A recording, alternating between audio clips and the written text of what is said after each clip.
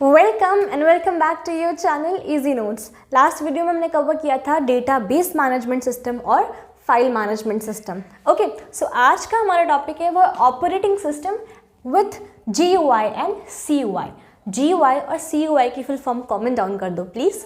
Okay, so सबसे पहले what is operating system. Operating system क्या होता है? Operating system is a kind of system software. मैंने सॉफ्टवेयर की वीडियो में बताई थी कि मैं ऑपरेटिंग सिस्टम अलग से पढ़ाने वाली हूँ, तो जिसने सॉफ्टवेयर की वीडियो ही स्किप कर दी है वो प्लीज़ सब्सक्राइब कर लो और बाद में आकर देख लेना, ठीक। सो operating system is a system software which enables the user to use the hardware and software by creating an interface between the hardware and software। इतनी अंग्रेजी। Okay, let's come to Hindi. Operating system का मतलब होता है एक ऐसा system software जो hardware और सॉफ्टवेयर दोनों के बीच में ब्रिज या फिर इंटरफेस का काम करता है, ताकि यूज़र जो इनपुट दे वो हार्डवेयर प्रोसेस करके उसे आउटपुट दे सके। मतलब यूज़र सॉफ्टवेयर और हार्डवेयर दोनों को यूज़ कर सके। तो इन दोनों को साथ मिलाने वाला कौन? उस पंडित का नाम है ऑपरेटिंग सिस्टम, ठीक है। उसके बाद आते हैं टाइप्स ऑफ ऑपरेटिंग सिस्टम। देखो, हमें पढ़ना इसमें सिर्फ GUI CUI का थोड़ा सा फीचर्स पढ़ने हैं और ज़रा से कंपोनेंट तो आपको बता दूंगी, तो आपको पता ही होगा। अभी देखना आपको कैसे पता होगा। अभी टाइप्स पढ़ लो ऑपरेटिंग सिस्टम के और फिर फंक्शंस पढ़ लेंगे कि क्या क्या फंक्शन ऑपरेटिंग सिस्टम परफॉर्म करता है। सबसे ये जो 10 टाइप है ना, इनमें कुछ याद नहीं करना, अभी जब पढ़ाऊंगी तो समझ में आएगा कैसे। सबसे पहला है serial processing operating system. Serial processing, नाम से सुनो, सीरियल मतलब सीक्वेंशियल प्रोसेसिंग आउटपुट सिस्टम।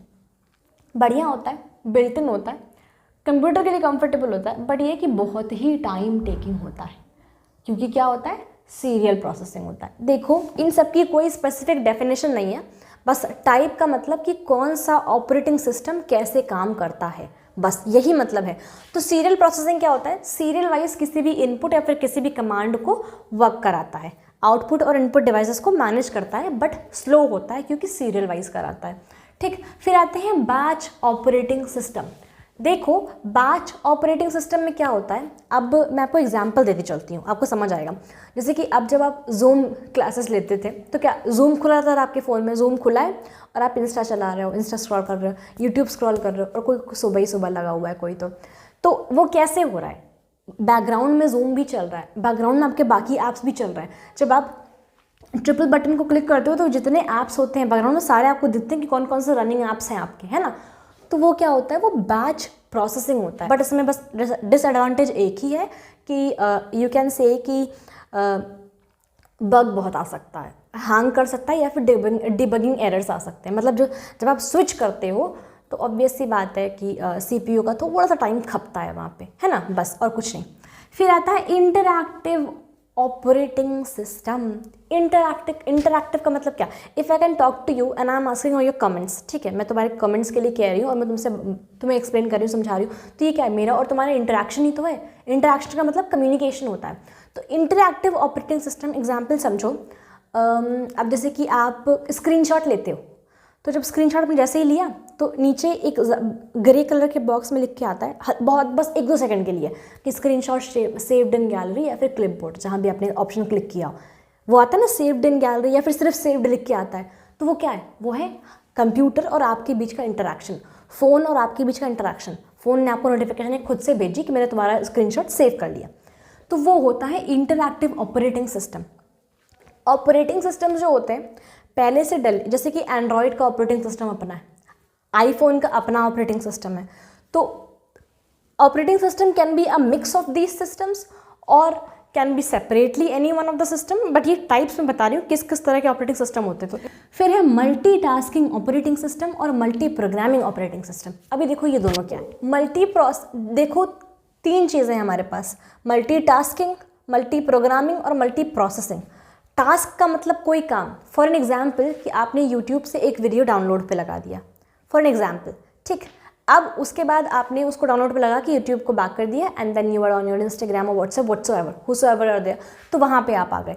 तो आप इंस्टाग्राम भी रन कर रहे हो ना, आपने इंस्टाग्राम में लॉगिन किया, ठीक, वहाँ पे भी तो आप काम कर रहे हो ना, तो वहाँ पे भी आपको सॉफ्टवेयर और हार्डवेयर दोनों मिल रहा है ना काम करने के लिए, और आपका वीडियो भी डाउनलोड हो रहा है। तो ये क्या है, मल्टीटास्किंग का ऑपरेटिंग सिस्टम, जहाँ पे आप 2 जॉब्स को एक साथ कंटिन्यू कर सको, रन कर सको।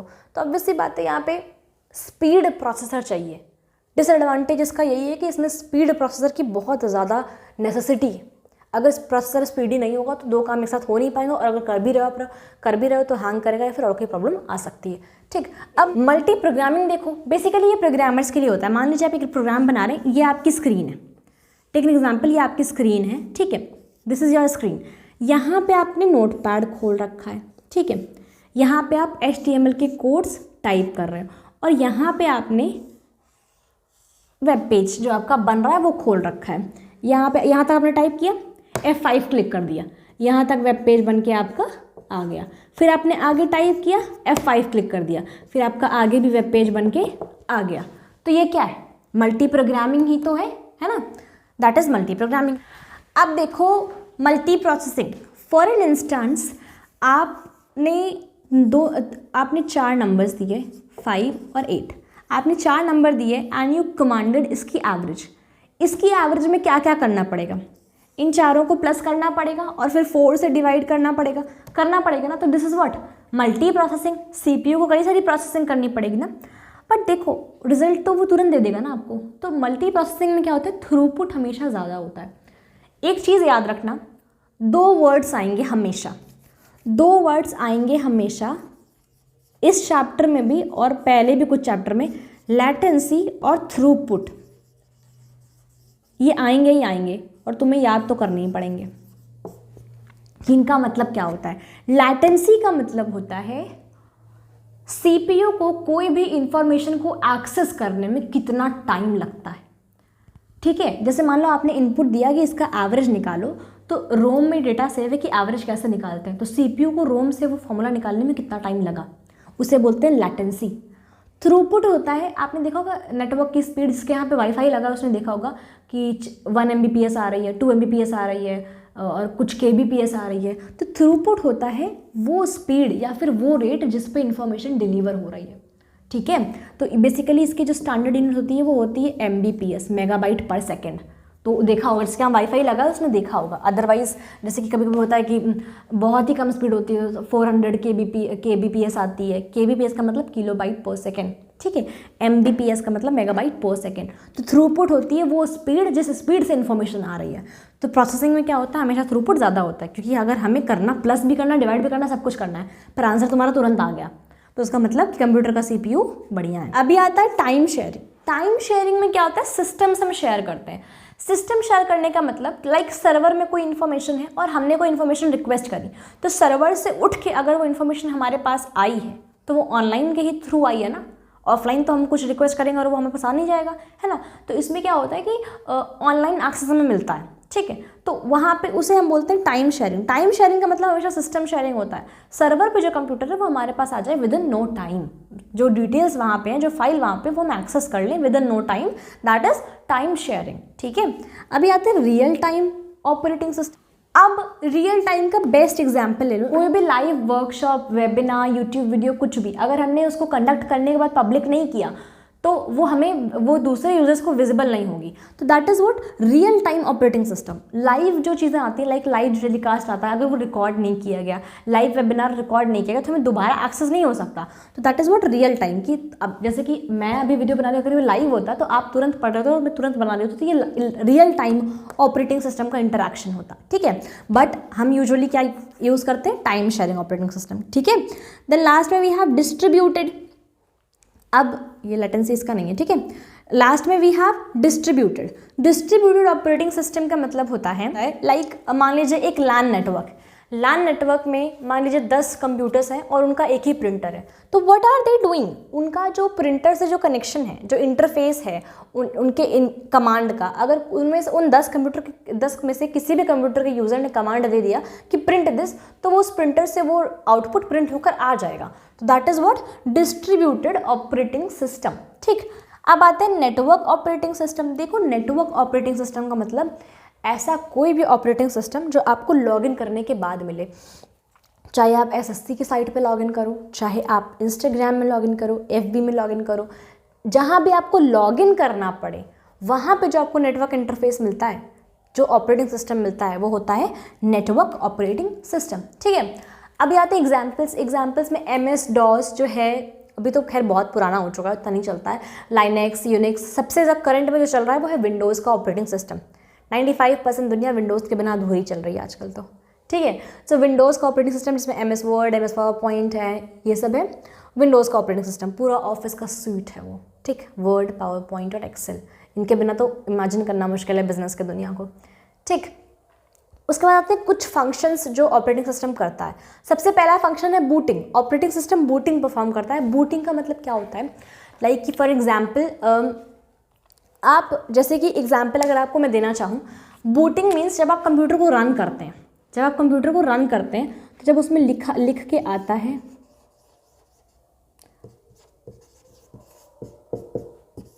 पावरिंग ऑन, या फिर बेसिकली ये रिंग घूमती रहती है। ठीक है, तो जब तक ये सर्कली घूम रही है तब तक कंप्यूटर क्या हो रहा है, बूटअप हो रहा है। मतलब कंप्यूटर के सारे पार्ट्स, सारी चीज़ें दोबारा से जगाई जा रही हैं। कंप्यूटर आपने ऑफ किया, कंप्यूटर की जो रैम में मेमोरी थी वो चली गई, रोम बचा हुआ है क्योंकि रैम की चली जाती है। ठीक, फिर आपने जब दोबारा पावर को ऑन किया तो कंप्यूटर के सारे पार्ट्स उठाए जा रहे हैं। ठीक है, तो एक चीज़ याद रखना, कंप्यूटर का बूट होने का मतलब कंप्यूटर के सारे हार्डवेयर, सॉफ्टवेयर का आपस में इंटरफेसली कनेक्टेड होना दोबारा से रीवर्क करने के लिए। ठीक है, that is known as booting. तो ऑपरेटिंग सिस्टम का ये काम होता है कि सारे पार्ट्स को तुम उठाओ। ठीक है, अगर पावर सप्लाई दोबारा से आई, मतलब पावर ऑन हुई, बटन ऑन हुई कंप्यूटर की, तो सारे सिस्टम्स को उठाना किसका काम होता है, ऑपरेटिंग सिस्टम का। और उस उठाने के प्रोसेस को क्या बोलते हैं, बूटिंग। ठीक है, देखो अब जब सबको उठा रहा है ऑपरेटिंग सिस्टम, तो इसका मतलब क्या है, मम्मी है ना वो, है ना, घर में सारा ख्याल तो मम्मी ही रखती है ना। बूटिंग का मतलब होता है initially loading any kind of program in the computer. ठीक, तो अब जब सबको उठाने वाला काम करता धरता ऑपरेटिंग सिस्टम है तो क्या करेगा, डिवाइस भी मैनेज करेगा, फाइल भी मैनेज करेगा, स्टोरेज भी मैनेज करेगा, डेटा भी मैनेज करेगा। ऑलमोस्ट सारे मैनेजमेंट के काम कौन करेगा, ऑपरेटिंग सिस्टम, क्योंकि वो हार्डवेयर और सॉफ्टवेयर के बीच का ब्रिज। ठीक है, तो ये सारे फंक्शंस ऑपरेटिंग सिस्टम के ऊपर। अभी आते हैं GUI और CUI। GUI की फुल फॉर्म होती है ग्राफिकल यूजर इंटरफेस, CUI की फुल फॉर्म होती है कैरेक्टर यूजर इंटरफेस। अभी देखो, कैरेक्टर यूजर इंटरफेस मतलब वो ऑपरेटिंग सिस्टम का इंटरफेस जो कोड के थ्रू आपकी बात समझे। जब आप कोड दो कोई तो आपकी बात समझे, जैसे कि MS DOS जो है वो CUI है। MS DOS में हमें हर चीज़ के लिए कोड करना पड़ता है। हमें सेव करनी है फाइल तो कोड करो, डिलीट करनी है तो कोडिंग करो। ठीक है, मतलब एक कोड देना पड़ता है। और विंडोज़ में क्या है, हमें सेव करनी, सेव बटन पे क्लिक करो, डिलीट करनी, डिलीट बटन पे क्लिक करो। तो जहाँ पर भी हम आइकन्स का यूज़ करते हैं, ग्राफिकल इमेजेस के यूज़ के थ्रू हम कमांड देते हैं, वो होता है graphical user interface. CUI user friendly उतना नहीं होता, GUI होता है। GUI में कोई भी कोड या कमांड नहीं होते और CUI में कोड कमांड होते हैं और याद भी करने पड़ते हैं। ठीक है, अभी CUI जो होता है वो कॉम्प्लेक्स होता है।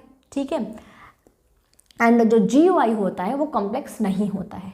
ठीक, CUI can be error prone and problematic, क्योंकि अगर आप कोड भूल गए तो खत्म कहानी। GUI सिंपल और यूज़र फ्रेंडली ज़्यादा होता है। ठीक है, अब GUI के यही फीचर्स हैं, जो जिसकी क्वालिटी होती है वही उसके फीचर्स होते हैं। GUI के कंपोनेंट देख लो, like desktop, icons, minimize button, maximize button, close button, control panel, ये सब GUI के कंपोनेंट्स है ना। जहाँ भी आइकन्स या फिर ग्राफिकल इमेजेस यूज़ हो रही हैं वो क्या है, वो GUI है। ठीक है, वो सारे उससे कंपोनेंट हैं। सो ऑपरेटिंग सिस्टम और GUI टॉपिक हमारा हो गया खत्म। नेक्स्ट टॉपिक है हमारा नेटवर्क्स और नेटवर्किंग।